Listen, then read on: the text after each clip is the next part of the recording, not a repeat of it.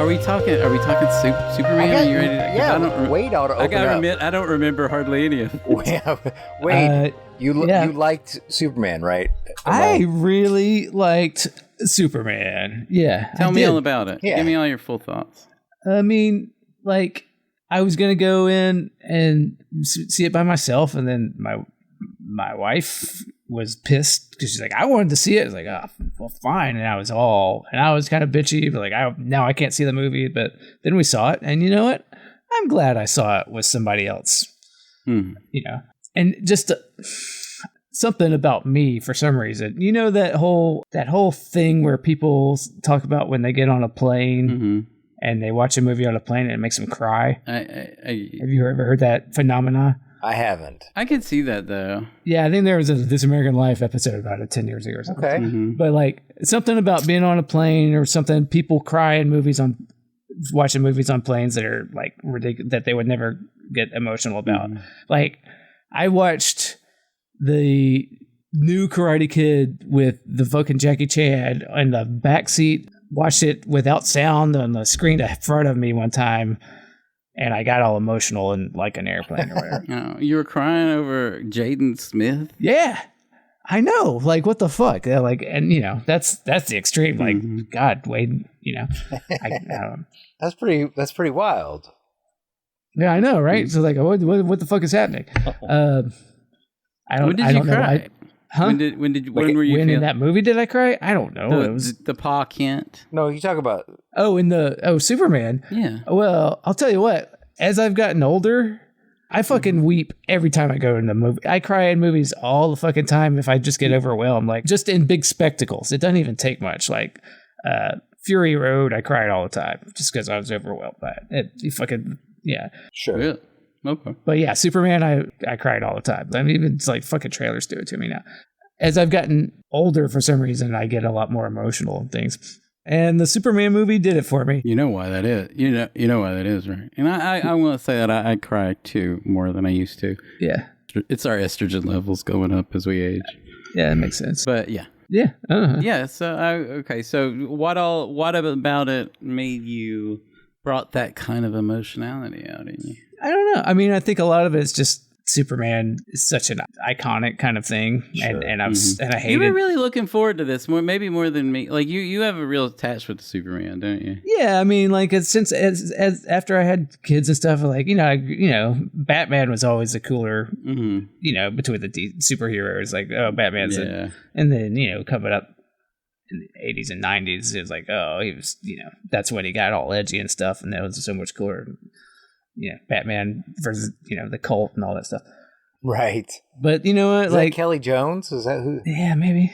Yeah. The one that did the breaking of Batman? His back? No, it was before that. Which one are you? This is the cult is standalone story. Yeah. Oh, I don't know. Yeah. What's the story? I think Grant Morrison, Kelly Jones, I think. Yeah, but you know, like Batman was always cooler, but then like as I get old, you know what? Like the idealism and just like the hope and like Superman just stands for goodness in some ways, you know, Sure. like to, you know, being Yeah. And so like when I had kids, like I think I'd rather my kids be into Superman and just than being cynical, you know. Right. Yeah. Batman's the cynical one, and then Superman's the idealistic guy that you want, you know, whatever. And after the Man of Steel, like I was like I hated Man of Steel so much. Yeah. You know, I said to you guys over there, I was like, I just want a Superman movie I could take my kids to. I'm not taking my kids to this one because there's a lot, you know, they don't need the geopolitical shit and whatever. My kids are wimps. They don't care about if something's on the record or not when it comes to journalism. That big long. There's a lot of. It's not a Superman for 5-year-olds in terms of first if they can't read the opening title card. There's just a lot of front-loaded information that there's. Right. It really. But on the other hand, like it does have like if you did the story beats down, it has a lot of action in it. Yeah. Like, you know, there is a lot, they're not very consequential and they come at you very fast, but there's a lot of fighting in it. Sure. It's just not a lot of high stakes fighting. Right.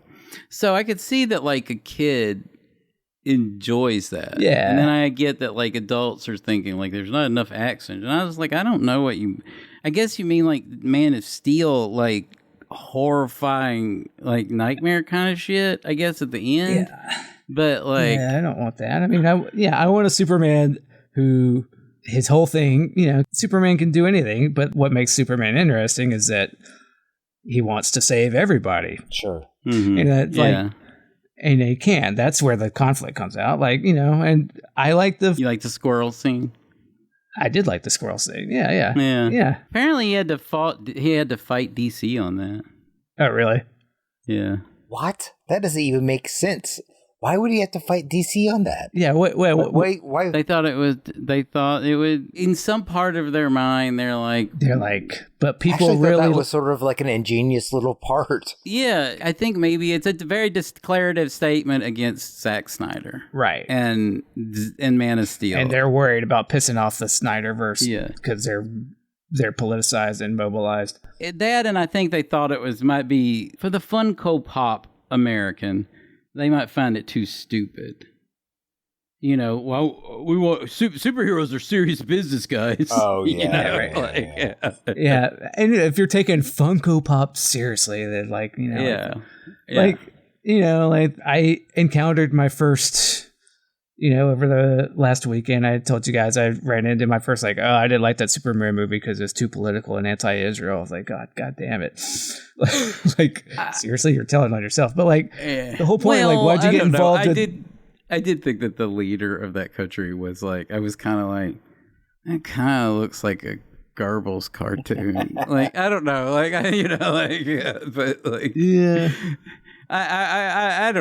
don't know. I'm not saying it was too much. I'm saying it was there. I think the analogy is apt. I do. I'm not saying it's not apt, but good.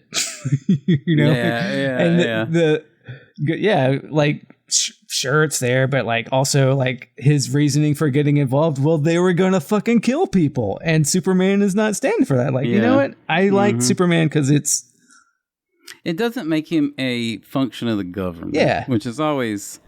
Yeah, the government owns Superman and he's coming to kill you. Is I don't want that. Yeah. No, you want a Superman. The Dark Knight Returns, where he's hanging out with Ronald Reagan, and he's like, yeah. You know what to do, my boy. Yeah, but Superman being like, what? I'm just gonna talk in broad terms. We can spoil it, I think, right? Oh yeah. Just it's as simple as well, they were gonna kill people. I have unlimited power. Mm-hmm. So, and I'm against that. So why would I'm not going to let that happen if I can. And that's all the movie really didn't bother me. Yeah. From moment to moment, I was just some moments I was mildly entertained. And, sometimes it felt like it just kind of putted along. I mean, it was, like I said, it's kind of just fine for me. Yeah. But I'm glad you got what you wanted out of it. I do kind of just bristle at how everything has to be kind of metatextual. That kind of gets exhausting. I didn't even think about the squirrel scene in relationship to Zack Snyder. I just thought it was clever. Well, that's why metatextualism doesn't. I mean, we're in the meta modern age. Yeah. I guess that's I don't know. I feel like that's candy I go diving for. It's not on the surface. I have to read that into it, Right. If people want to get upset because it's not that, putting that in there isn't a finger to Zack Snyder. Well, I mean, casting Darwin as Mr. Terrific is a little... I don't know how inside baseball... I mean, I don't think I put that... I don't remember him as Darwin. Oh. So, see, I mean, this only comes with, I think I view that as a side effect of me just being a beast of this, consuming this shit for as many decades as I have, that I carry all this kind of right. It's going to be metatextual whether I mean for it to be or not, right? Right. It's not just because he saved a squirrel is it an overt thing that everybody's picking up on. He's saying that to say fuck you, but no, if you're getting offended because it's not Zack Snyder enough because he saved the squirrel, it's kind of tailored on yourself, I feel like.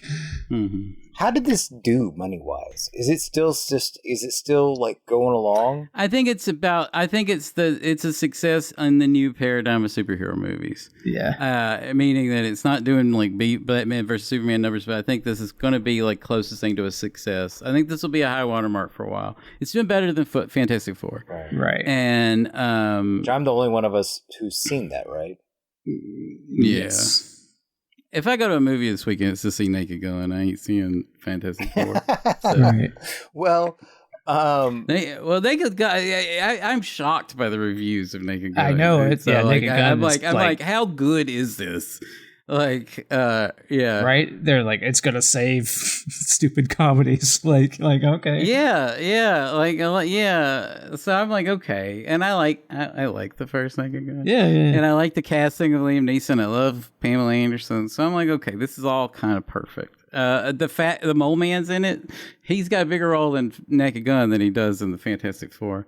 Paul Walter Hauser, that guy's in everything. Man, that guy is just. He's popping up in a lot of stuff.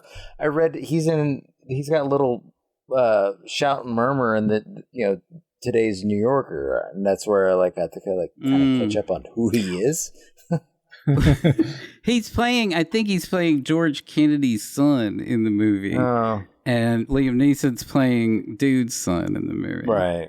Which I think is funny. Yeah. Because, I mean, this movie, it's not going to be funny if there's no metatextualness to it. Yeah, I mean, Norberg's son's in it, too, and they make an OJ joke about it. Of course. So, I saw that in the trailer. Yeah. That trailer, the OJ joke in the trailer was, I mean, it was a good joke. So, I mean, yeah.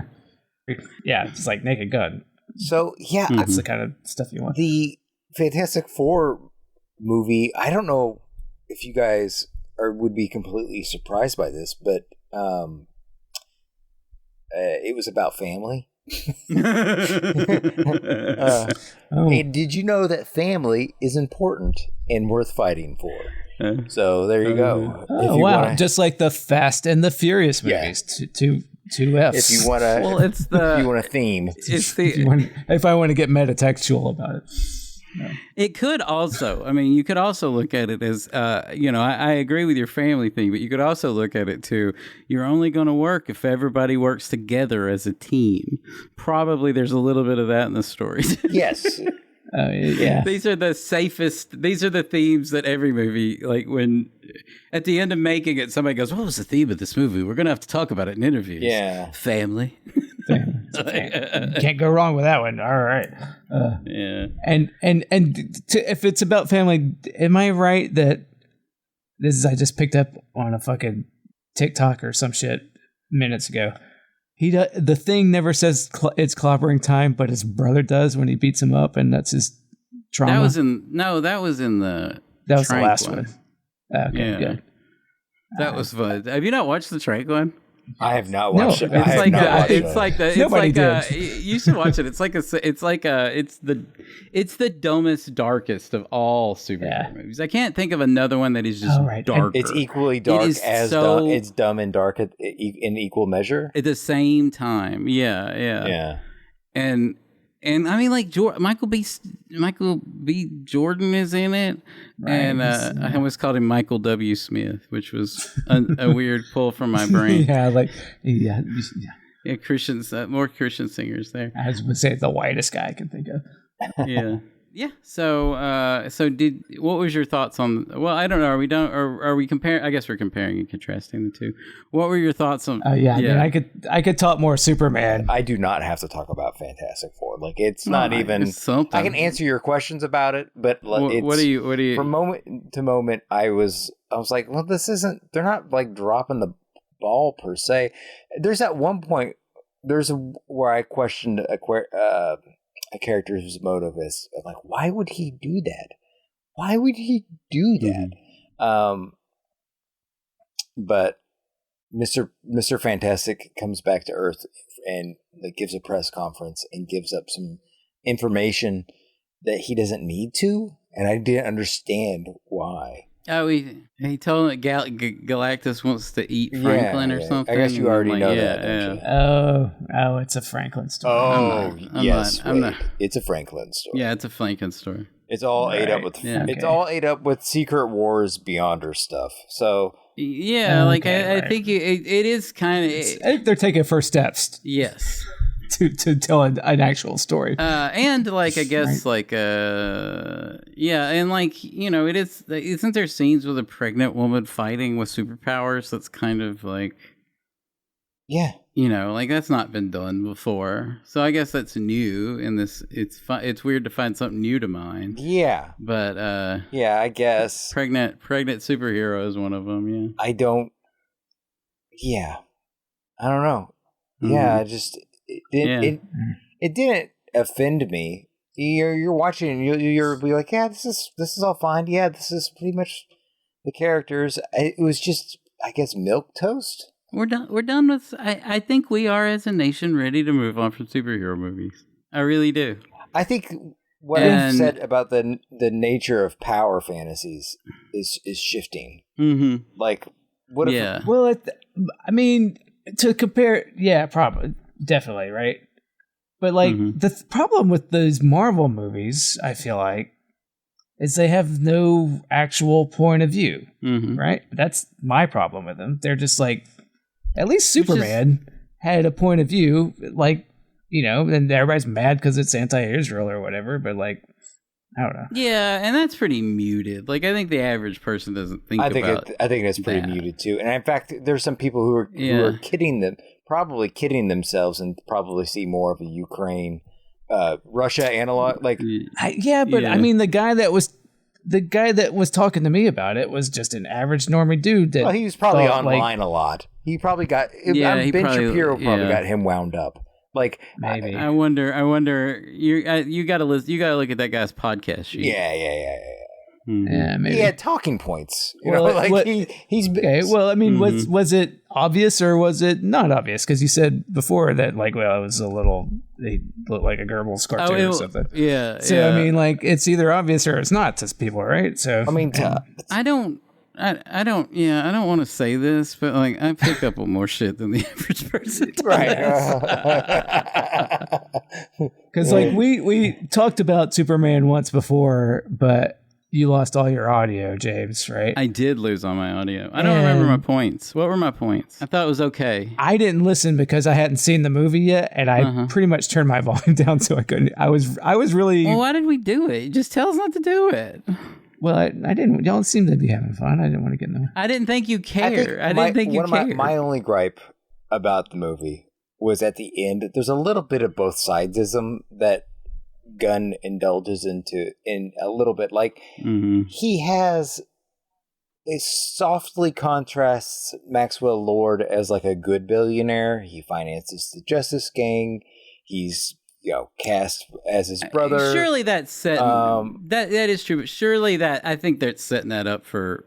Oh. I think he's the villain of. I don't know. What's this movie? What's the show coming out? You think he? Because it set up the Peacemaker show. I think it was setting up the Peacemaker show. So you think that? Okay, who's Maxwell Lord? I don't actually know all these DC characters. Pedro Pascal's played him in a movie, right? As a bad guy. Is he a Star Labs guy or what? Yeah, I don't know what Maxwell. I don't know what he does in the DC. He's just an industrial. He's just an industrialist he's just he's DC's Justin Hammer. Yes, he's kind of okay, so he's just another villain that's a rich right. asshole. He's like Lex Luthor. He's a weapons manufacturer. He's kind of like the Green Arrow to Batman's Batman. How Green Arrow and Batman are basically billionaires with no powers but gadgets. Maxwell Lord is kind of like that to Lex Luthor. Okay, he's kind of because it's possible that she's the villain or he's the villain of the Supergirl movie because they said that was during the setup time at the end when they're setting up all the different strands of the universe that's coming out. I guess that would be more interesting if he comes back and dips his finger back into the billionaire villain water. Right. I guess I don't know. Because he's the one that's funding the the dumbass, the Justice Gang, yes, the dumbass guys. Okay. Yeah. Well, except Mr. Terrific, who's the second. Except for Mr. Terrific. I don't know a lot. I know this from all my other comic book nerds friends. I didn't know who Mr. Terrific was till fucking Glenn was talking. I think I bought, when we were reading comics in college. Oh, yeah. I think I bought the first issue that he was ever in. Yeah. And I don't know where that comic has been since then. But yeah, he was like 20 years ago. Yeah, I think David Goyer invented him, I think. The writer, the current writer of some show. Oh, he's the writer of the Blade movie that's not getting done. Okay. And I think he does that, what's that show we talk about every 5 years? And with Lee Pace and maybe another Lee Pace. Oh, yeah. Foundation. Yeah. Foundation, Yeah. And I know beforehand y'all both talked up you had a lot of problems with the first act of the movie. Yeah, I think it's got first act problems. So what are those? Because I just think that it gets better as it goes along. I think the acts are successively better. I think the first act is the weakest out of the 3 acts, but I think it's legitimately got first act problems. I really like the first act. I like I like the interview. I thought that was a really good setup for Clark and Lois. Yeah, but it's set up, but it was 25 minutes into the movie. And the stakes got really ratcheted up really high. So, because they don't have any scenes together for the middle hour. And so, it's just little stuff. Okay. It is. It really is. It really is that kind of it's like writer's room shit I'm bitching about. Yeah. I wish, why did he make Superman makes a definitive decision to step in and start an international incident, but he does it in the minutes leading up to the start of the movie.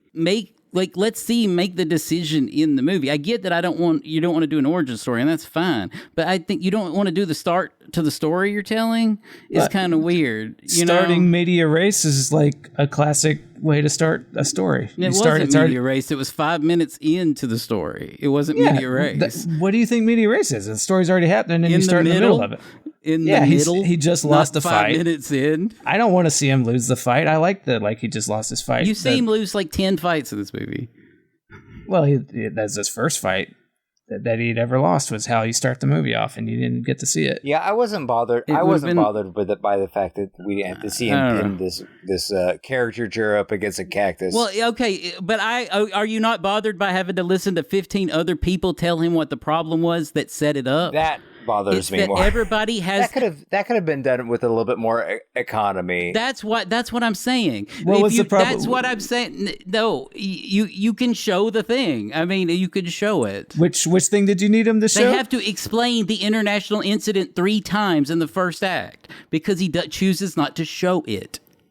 Oh, that he interfered with and it's not even, I mean, I call that a first act problem. I would say he's thinking, it's just like Star Wars with the credit crawl. That's what he's doing. But it doesn't. That movie starts with capturing Princess Leia. That's what starts the plot. Yeah, she's been already captured. No, she hasn't been. She is captured in the first scene. The data tapes that she has, but we don't know, that's fine. She's got secret intel, and we capture the princess. He makes a decision for the first time in his career to step in on an international water and challenge a sitting nation instead of fighting some monster or kaiju. He decides to fight the government, and he wins, and then they send a supervillain out to him, and the supervillain whoops his ass, but the supervillain is a ringer, and not really the supervillain. It's all and so when he goes back into it, you're just kind of thrown in, and I'm fine with that kind of chaos if this was not the plot. If this was an adventure that, if you wanted to start it in the middle of a Superman adventure that's not going to be the main storyline of that's not going to play play a part in the third act, but this does. And so you don't get to see the whole Lex Luthor plan develop because you don't. You have to figure it out. Well, I don't think it was a mystery. I mean, I think it was like, oh, Lex Luthor's doing it all. It was behind all this. Right. Like, I got that idea the 15 minutes in. I'm just, I'm playing catch up while I don't know. Like, you see, her and him are already together, but you see them not together first, so that you see the role play that they do at work. And then you're like, oh, but they know each other. Right. Yeah. But I think it would have been more interesting if you knew that they knew each other, and then they do the role playing scene. I don't know. So like, it was just I don't know. It's literally writing quibble. These are like writing quibbles. I would rather be surprised by it, because it's because you go in with expectations of what a Superman is. And you think they're going to do it where it's subverting an expectation. I get it. It's subverting an expectation. So like it's because it's all dealing with kind of it's Superman. We know who Superman is. I'm sorry. I got last season of Game of Thrones flashbacks there. Because everything they did in that was to subvert your expectations of what they were going to do. So you don't know, oh, they don't know each other. Oh, they do know each other, so I figured it out. So, like, I didn't need them to have a whole setup. But you didn't figure it out. They just, I know it was there because it's in the marketing. Right. I didn't watch much of the marketing, so I don't know. Like, but I mean... Well, they're upset by that fact. Oh, what I wanted to ask Wade was what he thought of Lex Luthor's. What about I like Lex Luthor just fine. I do like they did a little corny stuff, like corny old TV stuff with him. Like when Superman comes in and throws his desk up against the wall violent and he doesn't move him. So that's TV stuff. That's good TV. That's like old TV stuff. I like that.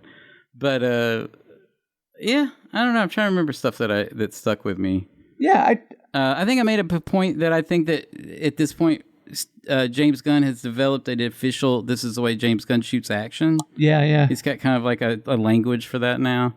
I think, what happens in the third act? I thought the resolution when he actually beats Lex and Lex is like, I thought it was pretty well done.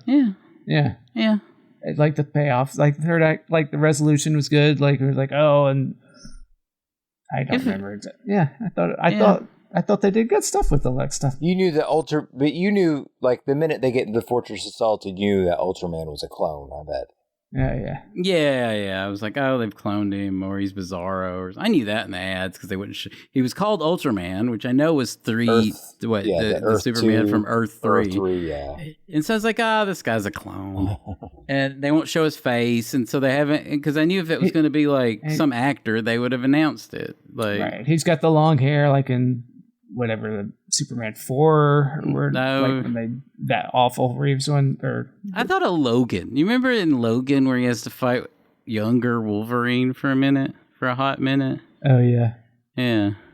I felt there was I don't know, like I felt like I could see him building the DC universe, so I felt like he had a lot of work to do, you know? That's what I felt like the first act was. Just it took a while, but it was like, because it was like it was more setting up the world and the franchise in some ways, and like because it did feel like okay, it started with the text crawl basically, which I was there for, and then it tells you he lost his fight, but then it's a lot of like taking time to talk about the geopolitical thing, and then we're taking time to set up the Lois and Clark relationship, and then we're setting up that superheroes exist, and that there's the Justice Gang, and that they are also doing other stuff, and that's not a big deal to have a big bug fight in the sky going on behind everything. I liked that. I think I liked that. A lot of plate spinning, huh? Yeah, there's a lot of plate spinning. And I liked that, just even if it wasn't like setting up the universe, if this was like the only time they were going to do this, I did like that it's a world with a lot of, it's like Astro City. Yeah. You remember that? Like, it has that feel to it, where just shit's always going on. It's a very clustered world, And that I find fun, and is really comic booky, and a part of the joy of reading these stories. But I liked it. And that Gunn, for all his edginess, like the main thing was like he just fucking understood the character. Yeah. That Superman is a dork. Yeah. And he's a Boy Scout. Okay. And I was worried that Gunn was gonna, because Gunn likes to do edgelord shit, Yes. Yeah, that's his favorite mode. He's a dirty comedy. He's a dirty comedy guy, and he's good at that. Like, and he's good at it, and he's got a good hand on it, and he somehow like made Superman fit with that. Even like look like he's a dork that likes these shitty pop punk bands. Mm-hmm. But you know what? Like that's endearing. That's an endearing thing about him. Yeah. Whatever. And like, okay, all right. So yeah, especially and having this other dad tell me that he didn't like this one, but he loved Man of Steel. I was like, oh god. Yeah. Like I said, I bet you can tell what podcast he listens to. Yeah, maybe. So, he might have been a Snyderverse campaigner. Yeah, yeah, right. Yeah. I don't think he had it in him to care enough to be a Snyder, but he's like, I like sci-fi and he likes doorstop because he told me some books I needed to read. And like, he didn't like Dune. I was like, okay, that's a good thing. Were they vaguely right-wing writers? I have no idea because I don't know. You should read this book called Starship Troopers. Yeah, no. No, that's too right-wing.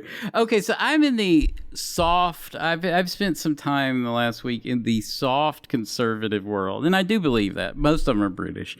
The soft conservative world of people who make content about classic stoicism. Oh, yes. Because I was like needing to learn some stuff about Zeno of Critias. Right. Yeah, and so there is like the real soft, and I mean that is like a soft, like it's like the most. If someone's a conservative, being one of them stoic conservatives, I'm fine with that. Yeah. Yeah, so I'm drowning in their world. They're all like little British Tories that are Marcus Aurelius said that, and it's all this kind of shit. And so I've had to like be a little bit adjacent to that.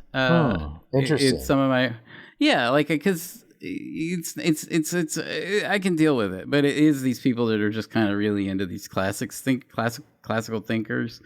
And I'm trying to get like because I know my way around classical thinkers for the most part. I'm not stymied by their arguments, and so I'm like, like it's just weird to find, I don't know, educated conservatives, I guess. Yeah, we don't have a lot of them left. Like. Yeah, and so there is sort of like they're my favorite, the stoic conservatives. I do think there's a gross version of it that's probably getting TikToked up, but they're not the ones telling me about Zeno of Critias's beliefs on physics or whatever. It's like that tweet I sent from 2019. What was it about? Left-wing intellectuals on right-wing intellectuals. Yeah. Wow, look at these fun weirdos. I'm going to make a special scrapbook of their ideas. Oh my God, do I have a crush? Like you describing British conservatives. I do that with American conservatives too. Yeah. They're much more buffoonish than these British folks. Right-wing intellectuals on left-wing intellectuals. Yeah. Look, these guys are all Jews. Yes. So, I guess like the Fantastic Four is kind of like, I don't know. I don't think it solves any of Marvel's real problems. I don't know what they're gonna do, guys. I think they're gonna drive it. I think they're gonna handle this poorly. This turn that they're trying to do, right? And I guess the point is to like they're gonna keep it in. Well, I thought their plan was probably to keep it in the Fantastic Four universe. So both now DC and Marvel have this far from removed kind of not real world setting. Because that Fantastic Four, every critic, like when they had to say like 5 good things about the movie, they always liked the setting, this retro futurist world that Fantastic Four takes place in. Was that nice to you? Me? Did you like that? No. That it took place in Tomorrowland? No. Does it end in Tomorrowland, or does it come back with like a cameo of Doom? And then I know no, Doom man, shows up. They stay in their dimension and their Earth the whole time. So but if you stay to the end of Thunderbolts, you know that they did come to the Marvel universe. Right. Yeah. I heard that. But the end of Thunderbolts is them seeing the Fantastic Four ship fly into Earth's orbit. That's weird because they didn't leave their Earth in the movie. That's what makes it weird. I think it's almost like they don't think these things out. Well, I think that Doctor Doom, but they put Doctor Doom at the end of the Fantastic Four. Right. So I think maybe the idea is that Doom It's gonna pull them in or something. Yeah, I think that I know this. I don't know why I follow this shit because I'm obsessed with it. But but not the movies, just the industry at this point. Right. They're filming I don't know. They were filming a scene like Eben Moss of Baccarat was seen on set with Bucky. With Bucky. I do think that the first scenes will probably be they're trying to stop Doctor Doom and they had to come to this universe or some shit like that. I don't know. Well, okay, so I have a Benjamin Sisko gripes about the how the past is represented, I guess, sometimes. It's too rote. If we could have the past without, Ben Sisko I'm talking about that the casino. It's weird because it wasn't like that. So why? Who's benefiting from never showing how it was like? I guess that's what I'm like. Well, it wasn't. It's not set in the 60s. It's set in the modern day in a universe where that feeling kept going.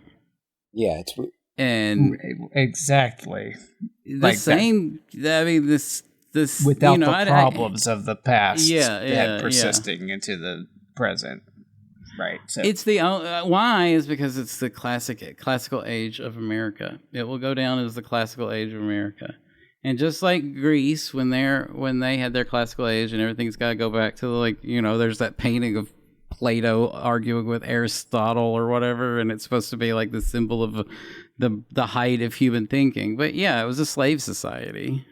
A third of their percentage of the citizens of Athens could vote. That's not democracy, right? And so I get all of that, but I do think there's this urge to set it, and the only thing that we Americans can envision that feels that kind of cozy is some sort of retro that world, right? And what's the other thing that really plays with that? Fallout really plays with that too, right? Where Fallout's what if the 50s took place in a post-apocalyptic world, Right, but Fallout is, at least in the original games, and even in the Bethesda, it's it has a little bit of but shit was actually fucked up. But it's not the actual 50s, is it? No, I mean, but there's there's a things aren't actually perfect in a way that I feel like a Disney Marvel movie is not going to hit. They're not, Well, because it's a horror. I mean, I guess you're right, but that's that's the Benjamin Sisko of it all. But there's there's no racism.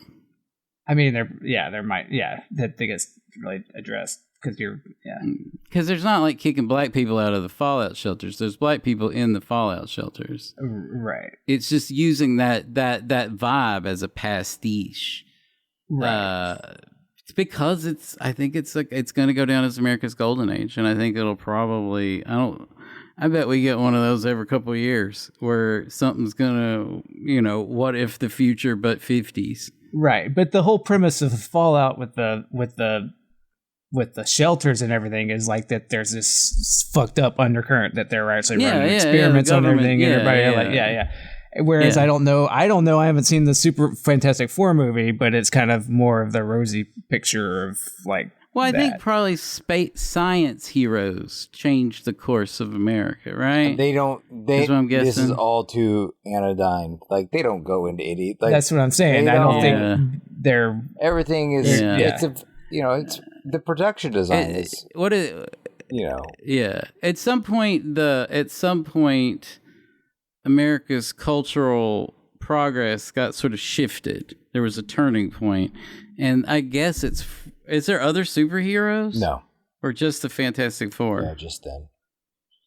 Yeah, I mean, the whole premise of Fallout is there's a certain amount of camp for that idealized golden age that they were living in, but it's a post-apocalypse horror that you're experiencing, that's where it's with the retrofuturism. That's not there's not even that undercurrent in what it sounds like the retrofuturism of like the Fantastic Four universe. But the undercurrent isn't of the era. I mean, I guess it is, but it's not like the Fallout shelters weren't built in the 50s. They're just like the 50s. It's a pastiche.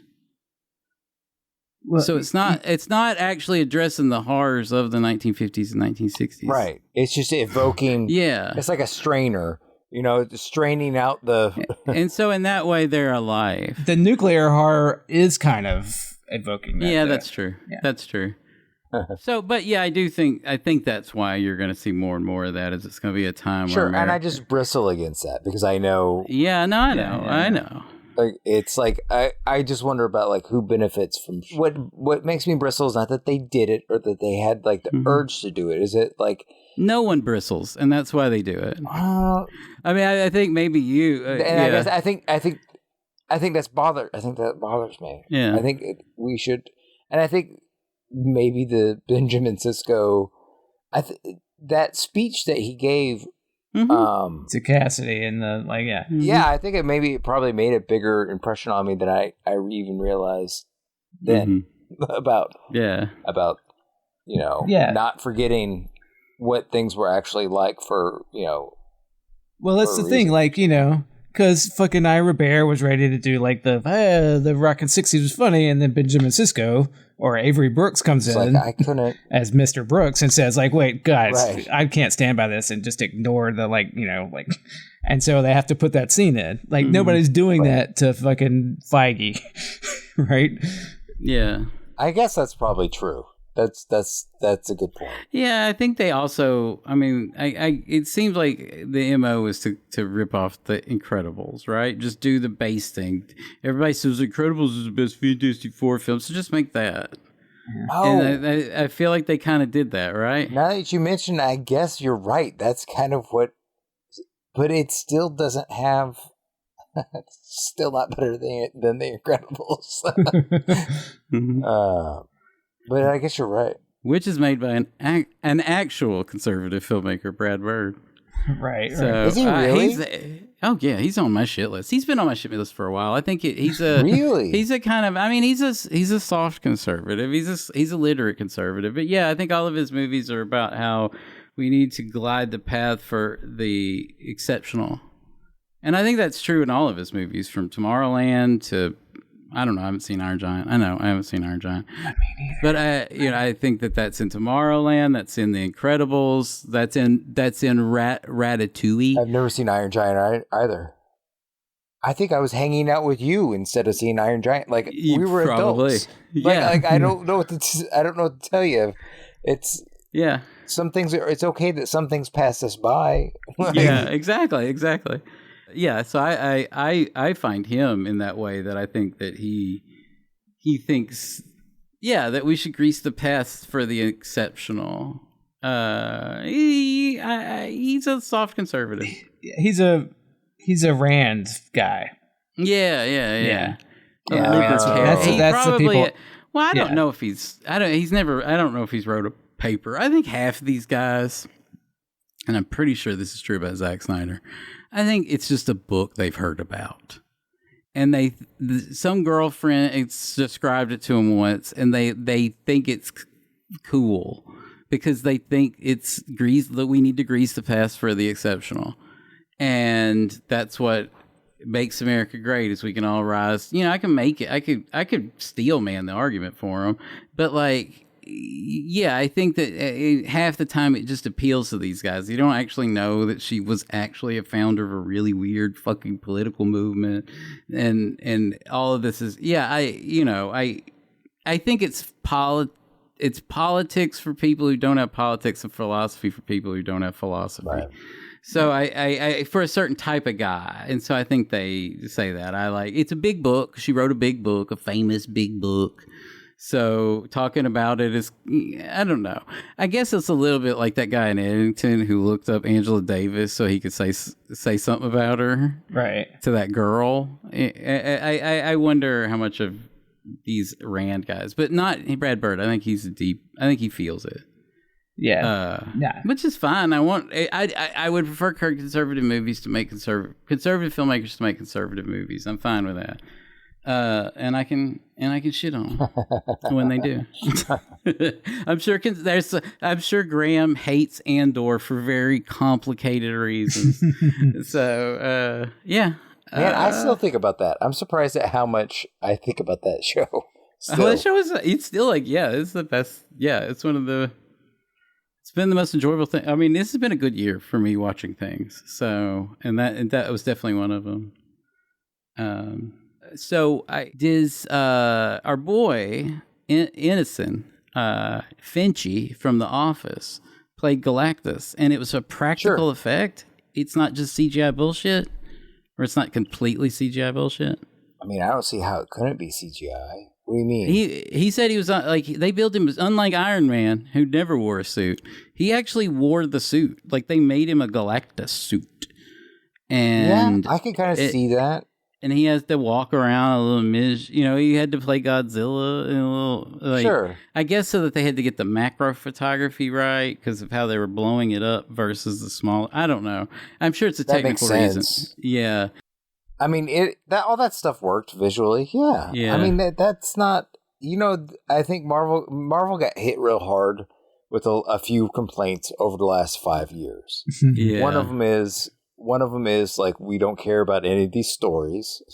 Yeah. And the other one is the visuals look awful. Yeah, it's too dark and the CGI is shit. Like, yeah. Right. And that's not the case with this. So I guess that's a win. Yeah.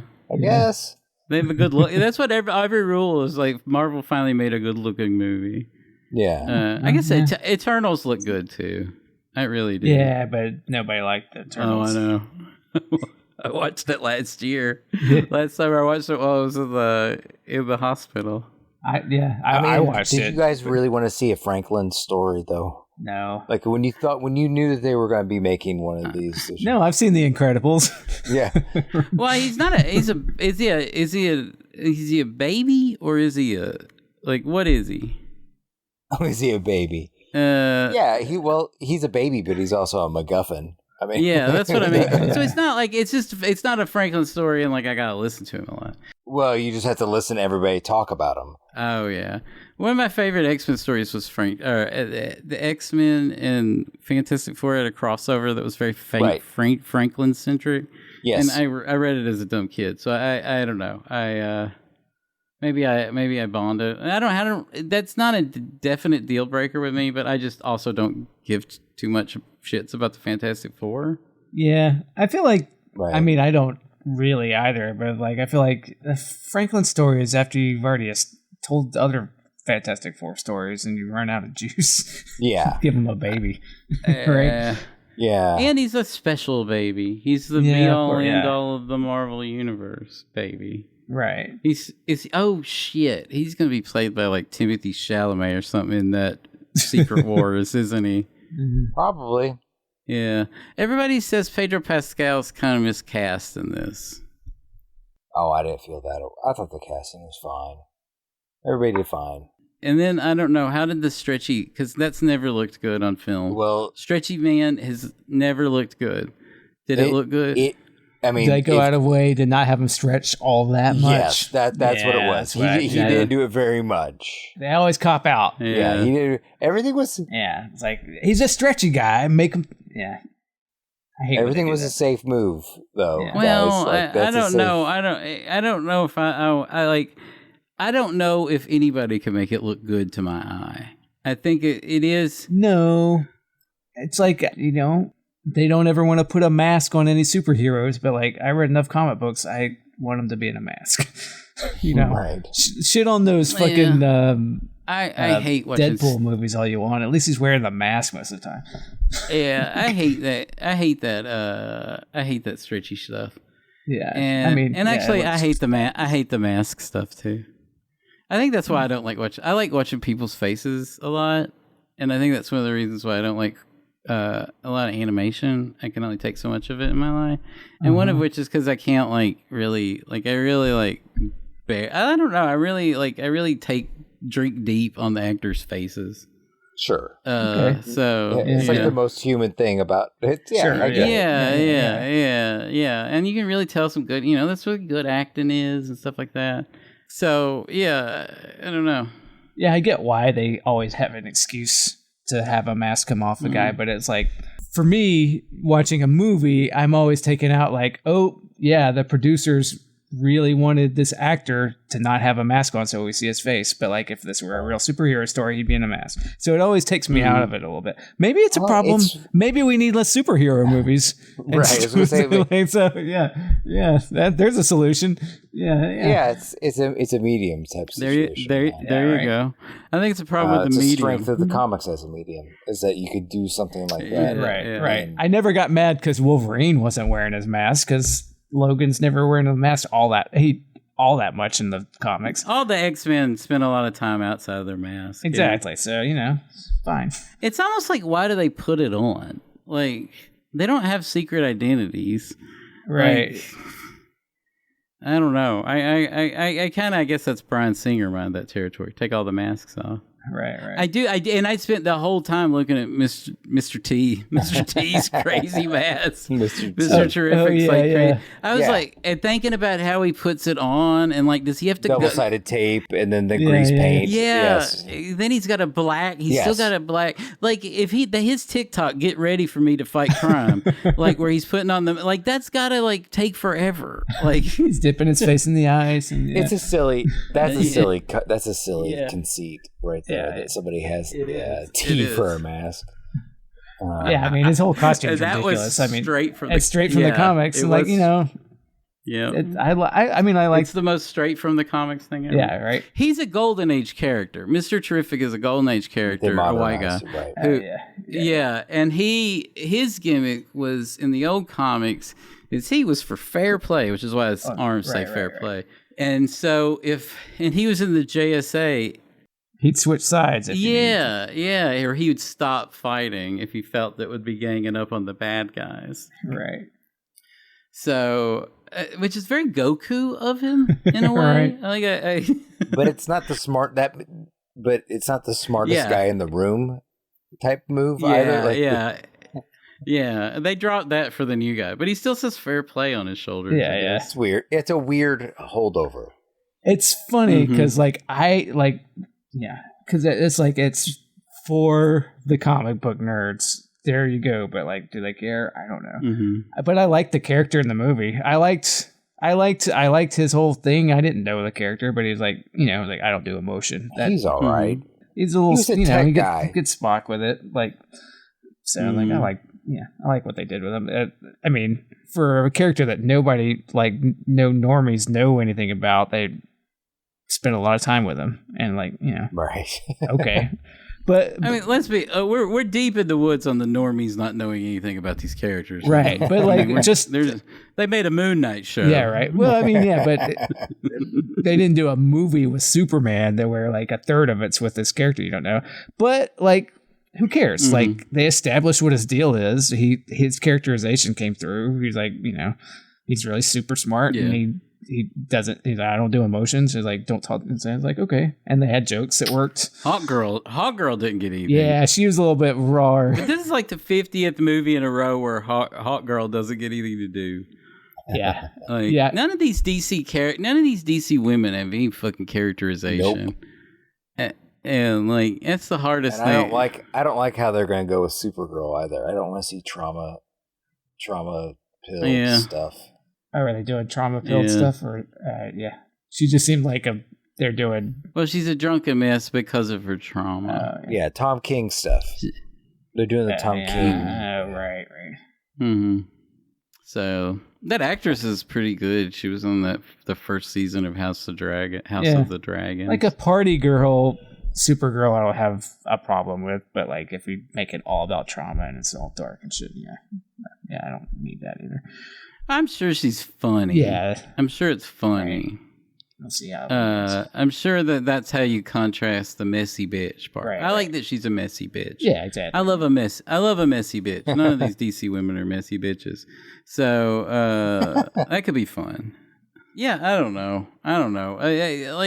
I don't know. I'm getting to. I don't know. I think I'm done with them. I think this is a little bit of like, I see that this is gonna kind of probably what's gonna happen with superhero movies is they're not gonna die like the musical died. That's what, it's not the mid 60s where the musical just died on the vine. Right. It's like a huge Hollywood thing. I think it will get shuttled down to a genre and probably a cheaper and cheaper genre to produce. Right. And so it'll just kind of be like St. Louis. Like the stuff will still be there, but each year it'll be a little less nice than it used to be. Right. Like there's a decline. Yeah. And I'm okay with superhero movies existing, but like if they're not like what everything's chasing, then great. Yeah. For kids. I think that's yeah, for kids. But I don't even like the kid. Like the movie the kids are all talking about this summer is the K-pop Demon Hunters or whatever. Yeah. So so like I don't know. Like I think anime is probably Maybe I don't know how you do live action. I don't know. Anime is taking all these viewers, right? And they're probably taking them into formats where they don't pay a lot of money for their anime, right? And Americans aren't producing it, so they don't have to make anime. Doesn't have to make its money back in America like a superhero movie does, right? So in a way, I mean, there's a lot of stuff going on. I see people like. Anime people in Japan are trying to unionize, but I don't know enough to talk about all that stuff. I don't know anything about Japanese politics. Yeah. But I will say that I think that I don't know if superhero movies are for the kids, and I think that's the problem. No, I mean they're not right now. That's why people don't like. Oh, I like that Zack Snyder one. Like, but I don't know if they became that overnight. If kids would like them, right? Yeah, I don't know. Probably not. That's what I wonder. Oh, there's a little bit of the appeal that you're seeing something just a little bit out of reach, for you. Like you're seeing something grown up. Yeah. Yeah. And also, I just don't know if kids like superheroes like they used to, or they do, but they do it in this anime formats. And right. To be honest with you, meme energy is like sucked a lot. Like I bet if you go back and talk to kids, like. In 40 years, all of the 50-year-old losers will be talking about, do you remember Bombadillo Crocodilo in the summer where we said that over and over again? Or do you remember Chicken Jockey? Or do you, like it won't be pertaining to these like media items that they watch, but these memes that they watch. All right. Inside jokes. And we liked it then too, but it was like, it was like, hey, the Vern guy was kind of, Pee-wee was a little bit of a meme for a while. Yeah. But like, well, I guess he had a show and movie at least, but like the Hey Vern guy, like just things that people talk about without there being a specific. Ernest P. Worrell? Yeah. Also had a movie. Ernest Goes to Camp was big. Yeah, but after he was a meme. Maybe Crocodile Bombadillo needs a movie. I don't even know that one. From your mouth to God's ears. Yes. You don't know Tralaleo Tralala? I certainly don't. Tong tong tong sahur. It's like AI thing. I guess somebody's been making AI slop. Right. And then putting Italian, giving them these mock Italian names. And then the kids just ate it up. Yeah. Like the kids have just been eating it up for months now. Yeah, slightly racist, but not really. Yeah, but Italian racist. Okay. What is it? It's never racist to do an Italian accent. That's right. Yeah. Speaking of memes, that's right. Yeah. All right, guys, I gotta go. My dog is done. So I will talk to you guys in the morning. All right. Okay. All right, I'll see you.